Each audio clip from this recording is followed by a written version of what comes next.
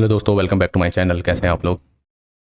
कल की वीडियो में डिस्कस किया था, अगर मार्केट इस लेवल को दोबारा रीटेस्ट करने आती है, यहाँ तक आती है, तो हम बाइंग का सौदा करेंगे।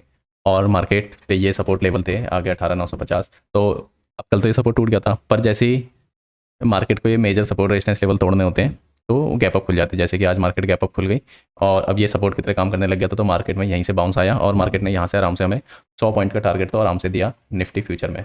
ठीक है, तो निफ्टी फ्यूचर में इसलिए करनी चाहिए ट्रेड। अब जैसे कि मान लीजिए जिन्होंने लास्ट 26 तारीख को यहाँ पर अगर बाय करा होगा, ठीक है, तो यहाँ पे वो प्राइस दोबारा आ गया फ्यूचर में। अब ऑप्शन में क्या होता है, हमें सौदा काट के निकलना ही पड़ता है क्योंकि वीकली एक्सपायरी होती है, तो जीरो होने के चांसेस, एक्सपायर होने के चांसेस रहते हैं उसके। तो फ्यूचर में ट्रेड करनी चाहिए आराम से, उसको होल्ड भी कर सकते हैं या 100 पॉइंट बाद उसको एवरेज भी कर सकते हैं अगर हमारी डायरेक्शन क्लियर है कि मार्केट अप ट्रेंड में है डाउन ट्रेंड में। ठीक है, और मार्केट में ये भी डिस्कस किया था, अगर यहाँ से हम बाइंग करते हैं, क्योंकि बाइंग कर रखी है फ्यूचर में, तो हम इसको यहाँ तक के टारगेट के लिए होल्ड कर सकते हैं।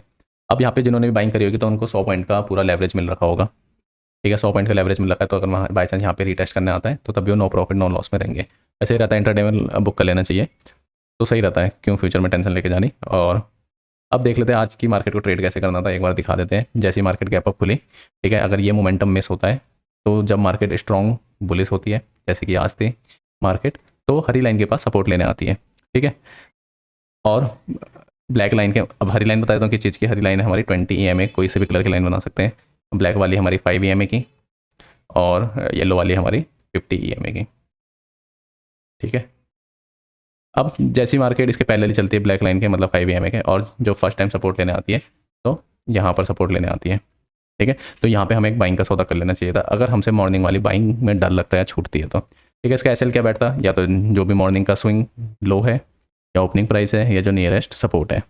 ठीक है, अगर सिर्फ हम इंटर डे में करना है तो फिर यहाँ से टारगेट जो रहता है अपना, यहाँ से टारगेट, अब क्योंकि इतना तो मोमेंटम हो चुका है तो हमें 60 से 80 पॉइंट का ही टारगेट रखना है। ठीक है, तो आराम से यहाँ से जिन्होंने करा होगा आराम से टारगेट बुक किया होगा और फिर यहाँ पे सपोर्ट लेने आई। ठीक है, फिर उसके बाद नेक्स्ट सपोर्ट लेने वो येलो लाइन पे आती है। ठीक है, अब जैसी मार्केट और ज़्यादा बुलिश है तो अब जैसी येलो लाइन पे सपोर्ट लेने आई तो हल्का से यहाँ पे येलो के पास आएगी, फिर यहाँ से सीधा ना दूर की तरफ भागते हैं यहाँ से। ठीक है, अगर स्ट्रॉन्ग मोमेंटम है तो ऐसी बियरिश मार्केट में होता है, उसका वाइस वर्सा कर सकते हैं, उल्टा कर सकते हैं, जैसे कि यहाँ था। ठीक है, ये यहाँ पे आई एक बार, फिर यहाँ से अवे दूर की तरफ हुई, अब यहाँ से चार्ट एकदम फ्लैट हो रहा है। ठीक है, और ट्रेंड देखना है तो 30 मिनट की कैंडल पे 50 EMA पे सपोर्ट देखे, जहाँ जहाँ पे सपोर्ट मिल रहा है वहाँ पे हम ट्रेड एग्जीक्यूट कर सकते हैं। ठीक है, तो ये रहा अपना आज की ट्रेड का। और बैंक निफ्टी, सेंसेक्स सब में अच्छा था, सेंसेक्स में भी अच्छी एक्सपायरी हुई है सब में। अब ऑल इन ऑल कल का देख लेते हैं मार्केट। अब जैसे कि मार्केट में पिछले कुछ दिनों से मार्केट नेगेटिव चल रही थी, तो ये एक टेक्निकल बाउंस आया मार्केट में। अब ये टेक्निकल बाउंस सस्टेन करता है नहीं करता वो तब पता चलेगा जब मार्केट यहाँ पर 1 वीक, देखो मार्केट में अब यहाँ से अगर रिवर्स होना है तो यही पॉइंट है 19,250 का, या उससे 200, उससे 100 पॉइंट पहले, सॉरी 50 पॉइंट पहले 19,200 से। या अगर मार्केट को ऊपर जाना है यहाँ से तो मार्केट को यहाँ पे 1 से 2 वीक 19,250 से 19,430 के बीच में 2 हफ्ते बिताने पड़ेंगे, तो यहाँ से मार्केट बुलिस, फिर हम आगे के लिए वहाँ से 19,800 के लिए बुलिस हो सकते हैं। ठीक है, तो अभी फिलहाल जो टेक्निकल बाउंस है तो इसके लिए तो हमारे टारगेट ये रहेंगे। ठीक है, फिर उसके बाद हम रिव्यू करेंगे कि यहाँ से मार्केट और ऊपर जाती नहीं जाती, क्योंकि यहाँ पे एक मार्केट में कंसोलिडेशन होना चाहिए। ठीक है, तो यहाँ पे अगर मार्केट कंसोलिडेशन करेगी इस रेंज में, इस वाली रेंज में, तो मार्केट के लिए अच्छा है। ठीक है, ये तो रहा निफ्टी का। एक बार हम बैंक निफ्टी को देख लेते हैं, और मंडे को अपनी मिड कैप निफ्टी की एक्सपायरी है, तो आज के मिड कैप और स्मॉल कैप के शेयरों में भी अच्छा मोमेंटम आया। सेम पैरेलली वैसे जैसे निफ्टी का चार्ट चल रहा था वैसे इसका चार्ट चल रहा था। ये सपोर्ट, जब भी स्ट्रॉन्ग सपोर्ट रेजिस्टेंस लेवल होते हैं, ठीक है, market gap up gap down खुल के उसको ब्रेक करती है और उसको फिर मार्केट ने एक पूरा रेस्पेक्ट दिया। अब इसका जो फाइनल टारगेट रहेगा अपना 43,300 का। ठीक है, उसके बाद रिव्यू करेंगे। अगर कल मॉर्निंग में भी गैप अप खुलता है तो हम इस टारगेट के लिए यहाँ पे मॉर्निंग में कॉल ले सकते हैं। मिड कैप में देख लेते हैं, मिड कैप की एक्सपायरी है। ठीक है, इसमें भी सेम मिड कैप में अब जो भी अपना पॉइंट का टारगेट रहना चाहिए, ज़्यादा टारगेट नहीं रहना चाहिए, अपना 20 से 30 पॉइंट का टारगेट रहना चाहिए ऑप्शन में। ठीक है, क्योंकि ये मोमेंटम एक बार मोमेंटम दे देता है, फिर उसके बाद पूरा साइड वेज ही रहता है ये। ठीक है, ये तो स्ट्रॉन्ग नेगेटिव देता। अब एक बार हम देख लेते हैं अपना फिन निफ्टी, मंगलवार की एक्सपायरी, वीकली एक्सपायरी। अब फिन निफ्टी में चार्ट अच्छा दिख रहा है। ठीक है, जैसे ये सपोर्ट लेवल था, ब्रेक किया था कल नेगेटिव।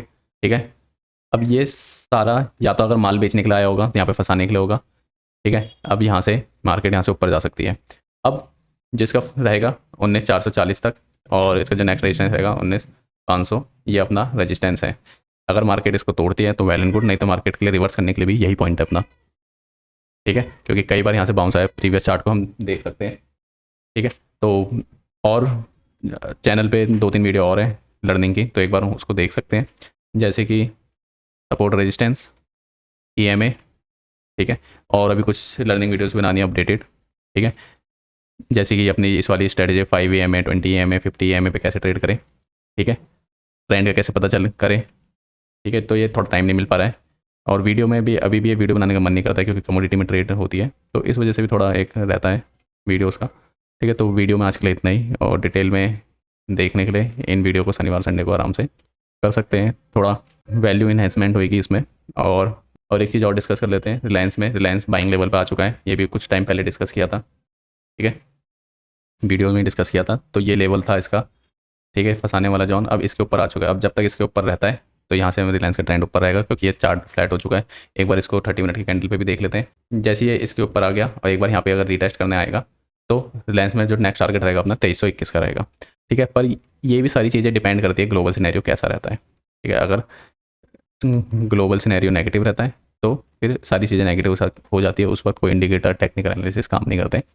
और यहाँ पे स्ट्रॉन्ग बाइंग जोन था, जिसमें हम 30% कैपिटल यहाँ पे हम लगा सकते थे, ठीक है, ये भी डिस्कस किया था। फिर उसके बाद एक 2100 पे, ठीक है, 25%, फिर 2000 पे, ठीक है।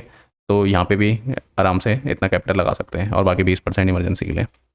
अब जैसे कि अब अगर मार्केट में यहाँ से स्ट्रॉन्ग बुलिश आता है, बेसिकली रिलायंस थोड़ा सस्टेन करेगा यहाँ पे, फिर अपने न्यू टारगेट के लिए करेगा आने वाले 1 साल में। तो वीडियो में आज के लिए इतना ही, थैंक यू।